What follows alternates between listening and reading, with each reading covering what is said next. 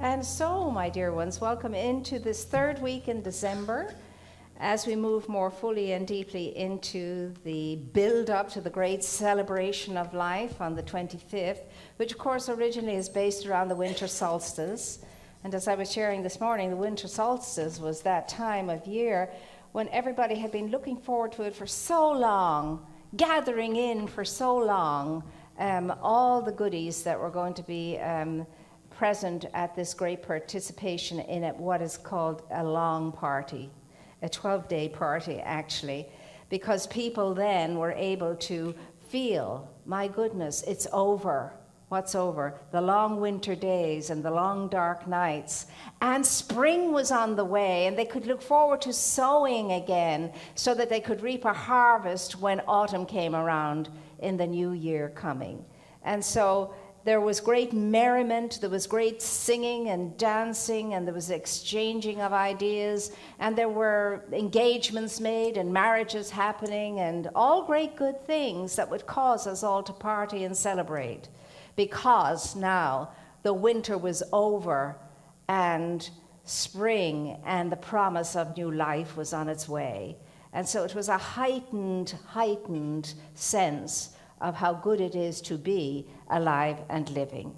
And in those days, they had the protection, the community had the protection of the tribe. They felt safe and secure within the protection of the tribe. And so all was well. For those days, everybody was in good form. And so we're celebrating here, of course, the expansion of conscious awareness of the light of infinite intelligence and its power and its presence within us and within all of life too. It's bigger than any of us might imagine, actually, what we are celebrating. And of course, for all of us, it started out in different ways. And those of us who belong to any kind of group of Christian people, it was always focused around one thing, and that was the birth of Jesus Christ.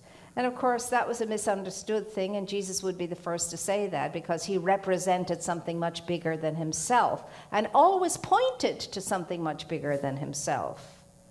And so we have expanded that now into knowing that the Christ is existing in everything and in everyone, and that expansion of conscious awareness is what we celebrate. So we're still moving forward in this month with the understanding and the awareness that we are definitely focused on integrity, and today it's integrity through wholeness. Wholeness and integrity, they go hand in hand. And so we are asked this week to look at ourselves and to contemplate ourselves with regard to where we are to begin with, as far as wholeness is concerned, and then to conclude at the end of our pondering that we are indeed part of the wholeness of all of life and very significant pulse in the beat of that heart, so to speak. And so that when we ask ourselves the question is wholeness possible, we say, well, if we desire to be whole, then of course wholeness is possible, because where does desire come from? It always comes from the powerful presence within ourselves. I mean, the desire to be whole is coming from the wholeness that we already are, nudging us in the spiritual ribs and saying, come on, wake up, wake up, wake up. You're out there looking for something you already are. So all that you have to do is to get up and wake up and put on the mind that is Christed and know that you are wholeness. You are part of the wholeness of life, and a very significant and important one. Now let it out. Release it. Let it be expressed through you. That's what the message of wholeness is. Release the hidden splendor. Let it free, set it free, and be free. And to feel any sense of wholeness, we have to feel some sense of freedom. And wholeness is our birthright. Dr. Ernest Holmes says in the beginning of the textbook, he says that to think that creative intelligence would create an individual in bondage and keep him bound, to think that God would create an individual and not give that individual the means to self-discover is to suppose and to think the impossible. That is impossible. There's no way that could possibly happen. And that in the creative act of you and me, within that was everything that was necessary and needed in order to self-realize, to self-discover, to self-actualize, to become unified and to be integrated and to know ourselves as the creator of our being knows us. That's what wholeness is all about. And, it is our birthright. It is our birthright to move into that sense of well-being and at one-ment and wholeness. And Joseph Campbell, I was sharing this morning, and it's a wonderful thing. When he was being interviewed by Bill Myers, who's now in his 80s and still going strong, it was that series on myth and man.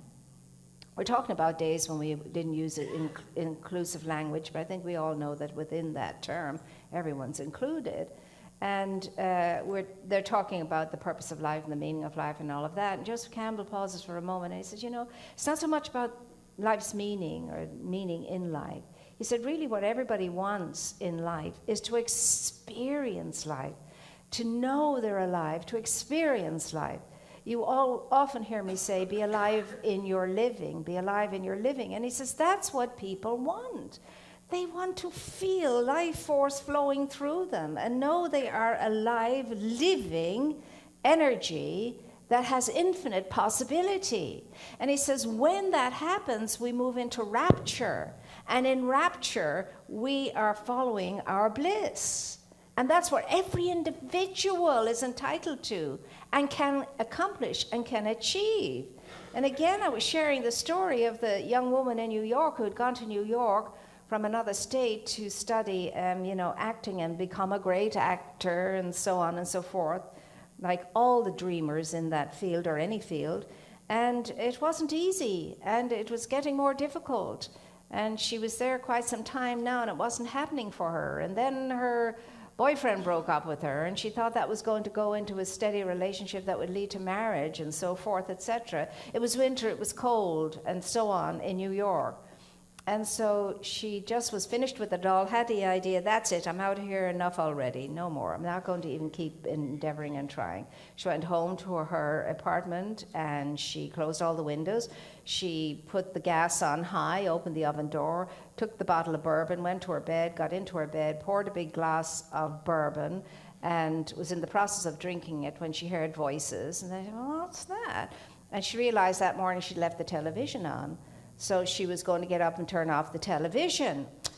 So on our way over to the television, there was Bill Moyer and Joseph Campbell talking exactly about just what I have shared with you. And what we're looking for is not so much meaning, but the experience of being alive and living and giving ourselves that opportunity and that chance to feel that and to allow that to happen by means of us and to show up through us.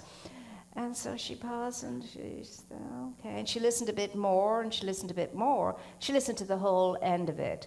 And then at the end of it, it says, tune in next week and see the follow-up to this wonderful conversation with the most wondrous Joseph Campbell. So then she found herself turning off the gas stove, opening up the windows, pouring the bottle of bourbon down the sink, because she thought, well, maybe this is possible, and maybe I would love to feel what it is to be alive, because I've been feeling dead for so long. And so a wonderful success story came out of that, and then she found her niche and all was well. And so how this all came to being was she was walking down a street in New York one day, and so was Bill Moyers. And so they just kind of caught each other's eyes as they were doing it, and then they both looked around and looked at each other at the same time, and she said, may I have a word with you, Mr. Moyes? And he said, yeah. And so she recounted that story, you see. You never know the impact you're having on anybody else's life, for good, for bad, or indifference. You never know. But impact each other, we do. And wouldn't it be lovely to be impacting each other from wholeness? and not from fragmentation. Wouldn't that be a wonderful good thing? And you see, in our journey to this thing, back to ourselves, back to where we once originated, back to where we once belonged and do belong, what gets in our way? What is it that gets in our way? It's distraction, especially for us in this culture. We're terribly, terribly distracted, because the language of metaphysics, the language of spirituality is silence. It's silence. The language of spirituality is quietude, stillness. In stillness and in quietness shall your strength be, we are told. And so we have to give ourselves that possibility, that chance, that time. We have to think of ourselves worthy enough to be able to be alive in our liveness and to experience life at a level of energy. Powerful energy, potent energy, moving energy, that all the time keeps us in that open receptivity for possibility after possibility after possibility, endless possibility, and moving through that sea of possibility, achieving and accomplishing, going on and on and on. But distraction and pamperedness gets in the way of us, and we in this society are pampered. What we do is we see the summit. We want to be on the summit. There's the summit. We don't see the mountain. We don't understand we have to climb the mountain to get to the summit. And to climb the mountain, you need to have your focus, full attention, and say yes to the challenge, the hero's journey, so to speak, the hero's journey. It's not going to happen without you and you and me taking a hero's journey. It's just not going to happen, this experience of fully being alive to what it is to live. That people can say, she's alive, he's alive, you see. I want to say to myself, I'm alive, you know, not half dragging or whatever that is. But the one that needs to say that to me is me. I'm alive. My God, it's infinite, the potential. Now that I know that I'm alive, and I'm not only alive, but I have so much going for me, so much energy moving through me, phenomenal energy. And so this distraction, actually one writer, I can't remember who it was, he said entertainment, we're so addicted to entertainment. He said entertainment is going to kill us all. It's going to be the death of us. And when we're dying, we're going to die laughing. Laughing because all of the things we do not know, all of the ignorance that we still are entertaining. And he thought this was very funny. And then another great publicist said something to the effect that we are going around crucifying ourselves between two things. And the two things is worry about the past and anxiety about the future. And so we cannot be present. To be whole, you have to be present. You have to be here now. If you want to feel alive, if you want to know you're living, you have to be present. Isn't that interesting? And distraction will keep us from being present. And the biggest distraction of all is technology. The biggest distraction of all is the social media. I remember hearing recently on TED Talks, we do not listen to the news on television. We see the news. We see the news. We don't listen to it. We don't hear it. We see the news, and we're affected by what we see, and what we see is not always true.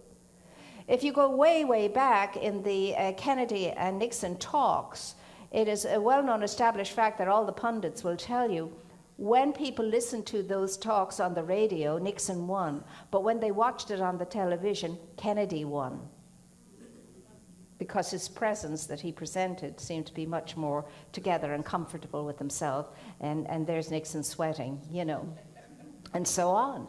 So the distractions that we have in our lives are phenomenal, and we don't even know that we are that distracted. People go to bed with their cell phones. They go to bed with their cell phones. I have to have my cell phone in the bedroom, for God's sakes. The cell phone. Well, why do you need your cell phone? You're not going to be up during the night taking care of business on your cell. Oh, well, you see, it's my alarm clock. And as one of the TED Talk people said, buy yourself an alarm clock. You'll get a good one for $8. You don't need to have your cell phone in the bedroom. Get yourself an alarm clock, you see. And that thing can ting and pong and light up and distract you from your sleep, and you don't get a good night's sleep, and so on and so forth. And everywhere you go, people are distracted. If you don't think that, pay attention, observe yourself and observe others. And it's such a rudeness and impoliteness now to have that cell phone at meetings, and especially when you're meeting for dinner with somebody. And I don't care if you put the cell phone down on the table and you can't see but the back of it. And again, as one of those these speakers said on TED Talks, he said, and then they're so self-righteous when the thing buzzes, either it's a text or it rings because it's a phone call, and they look at it and then they go, I'm not going to take that now. Like, look at me, I'm a hero. I'm not going to take that now. I've earned my brownie points for the day.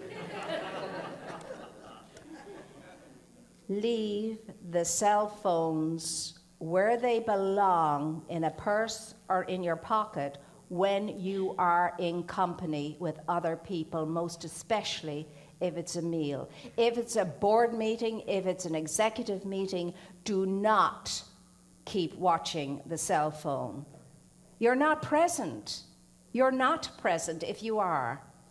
And if you have to, get up and leave the room and go out, and don't come back until you're ready to be present. And I don't care what kind of an emergency it is. Isn't it funny, we were able to cope with emergencies long before cell phones came into being. And if it was a real emergency, somebody would come in and they'd say, excuse me, it's been a phone call, and so you need to come, and it's taken care of. And we think we're not distracted. We now have therapy, special therapy for people who are addicted to their gadgets. We do. One woman's children were taken away from her because she was 18 hours a day interneting, surfing the internet. It's serious. It is serious. So how can I be whole? How can I be present to my life and living? How can I feel the energy pulsating through me when the energy on the gadget has me like this all the time and I'm just bleary-eyed, and we wonder why our eyesight's not the way it used to be, because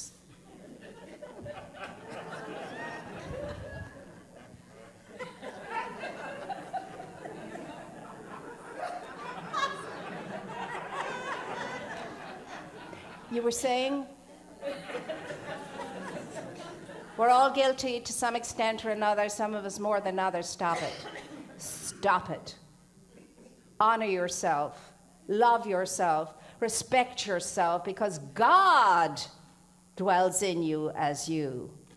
And that goes for the other person you're in the company of too, or people. Use these beautiful things that are to our use for good.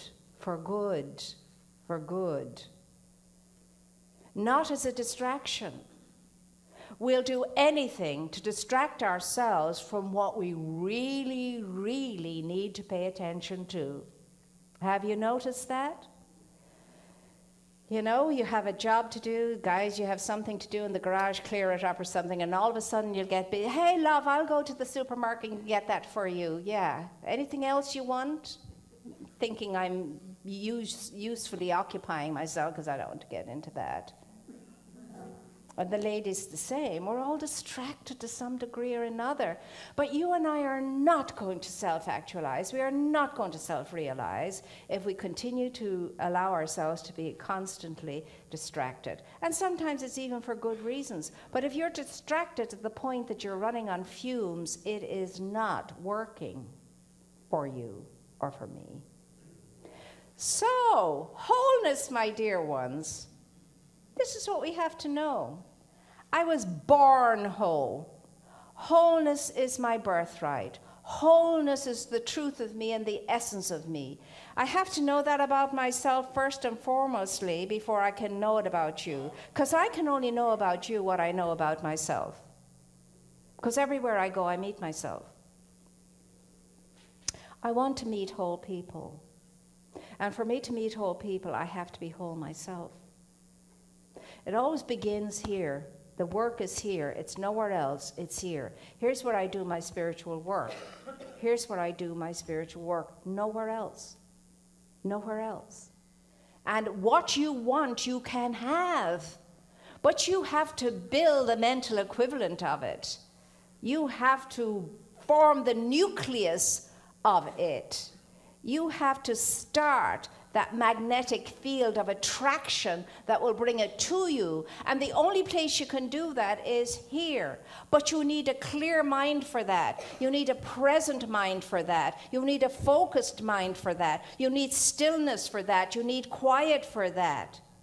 You really do need to extrapolate, take yourself out of the marketplace and move into the upper room, the interior life and living, and then be open quietly and silently and with great expectancy to the glories that can be revealed to you in the upper room that you can never discover in the marketplace. So it's up to us. The kind of life we want to have, the kind of life we want to live, the way we want to live. Do we want to be mindful? Do we want to be present? Do we want to be distraction-free at least 51% of the time, which will take us through, we are told. Whatever it is, it's going to be up to you and it's going to be up to me. This is the week to ponder these things. This is the week to be deliberately present, and it's going to be a challenge because people are going to be catching up and getting all the last minute things done and running themselves ragged. For what? For what? Who benefits by all of that? Is the world changed and has it become a better place because you're running yourself ragged out there trying to get everything done at the last minute? And find the perfect this and that and the other, and wanting everything to be perfection when you present it or whatever that. What is it all about? You have to ask yourself. I have to ask myself. I have to be content with whatever is before me, however it is before me, and somehow in all of that, find my center core, find my polar star, find my point of power that keeps me steady, integrated, whole, open, receptive, ready for a greater awareness of myself so that I can indeed be alive to my living. I was born whole. I was born dancing the dance of life. I was born singing the song of love. I was born whole, perfect, and complete. Am I going to continue to muck it up as we always do when we start allowing the ego to dictate to us who we are not, who we are not, who we are not? So let's put our wits about us. Let's get ourselves together. Let's join in the small minority group that knows that all is well no matter what's going on, and that all of my answers are right here. And the place to find all the healing to all of my ailments is here, nowhere else. God in, through, and by means of each one of us. Emmanuel, God in, with, and through each one of us.